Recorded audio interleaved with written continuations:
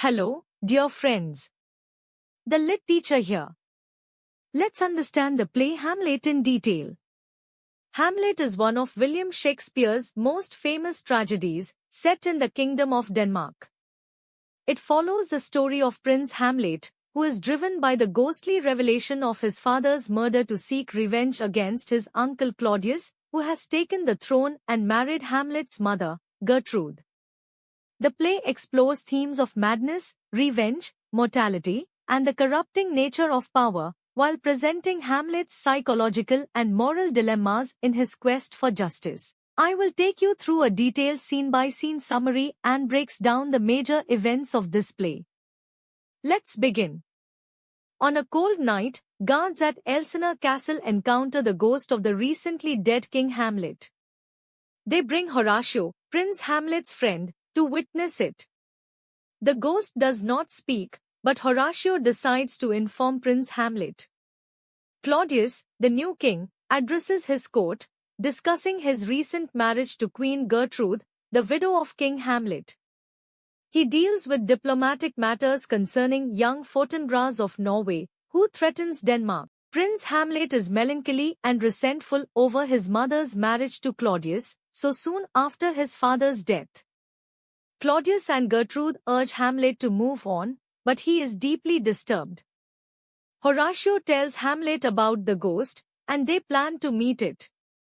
Laertes prepares to leave for France, advising his sister Ophelia to avoid Hamlet, suggesting that Hamlet's affections are fleeting. Their father, Polonius, echoes this advice, commanding Ophelia to reject Hamlet's advances. Hamlet meets the ghost with Horatio and the guards. The ghost beckons Hamlet to follow it. Despite his friend's protests, Hamlet goes after the ghost alone. The ghost tells Hamlet that Claudius murdered him by pouring poison in his ear.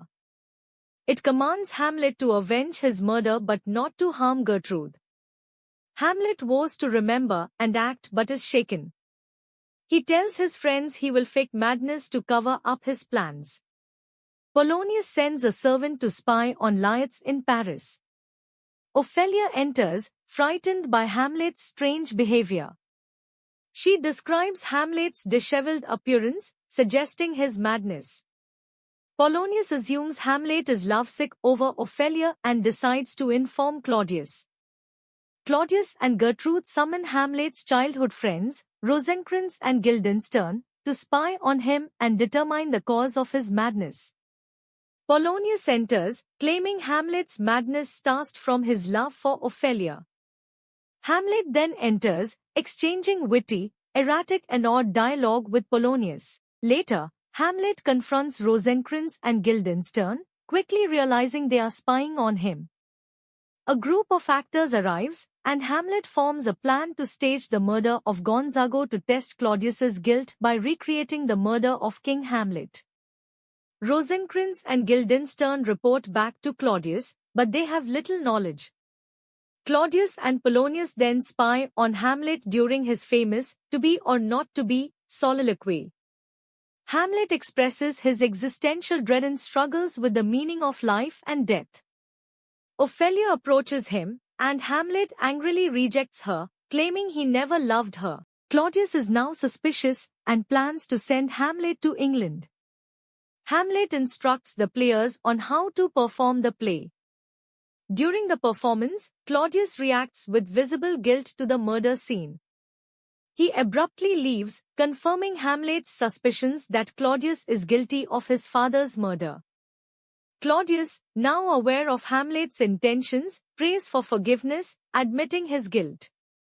Hamlet finds Claudius alone and contemplates killing him but decides against it, fearing Claudius would go to heaven if killed while praying. Hamlet confronts his mother in her chambers, accusing her of betraying King Hamlet by marrying Claudius. Polonius, hidden behind a curtain, cries for help, and Hamlet, thinking it's Claudius, stabs and kills him. The ghost reappears, reminding Hamlet of his mission, but Gertrude cannot see the ghost and believes Hamlet is mad. Gertrude tells Claudius that Hamlet has killed Polonius. Claudius decides to send Hamlet to England immediately, fearing for his own safety. Rosencrantz and Guildenstern try to find out where Hamlet has hidden Polonius's body, but Hamlet continues to act erratically and refuses to reveal the location. Claudius sends Hamlet to England with Rosencrantz and Guildenstern, secretly ordering Hamlet's execution upon his arrival. However, Hamlet remains suspicious. On his way to England, Hamlet encounters Fortinbras's army marching to fight for a small piece of land in Poland. Hamlet is inspired by Fortinbras's action and resolves to carry out his revenge. Ophelia, grief-stricken by her father's death and Hamlet's rejection, goes mad. Lars returns from France, furious over his father's death and sister's state. Claudius manipulates Lars into a plot to kill Hamlet.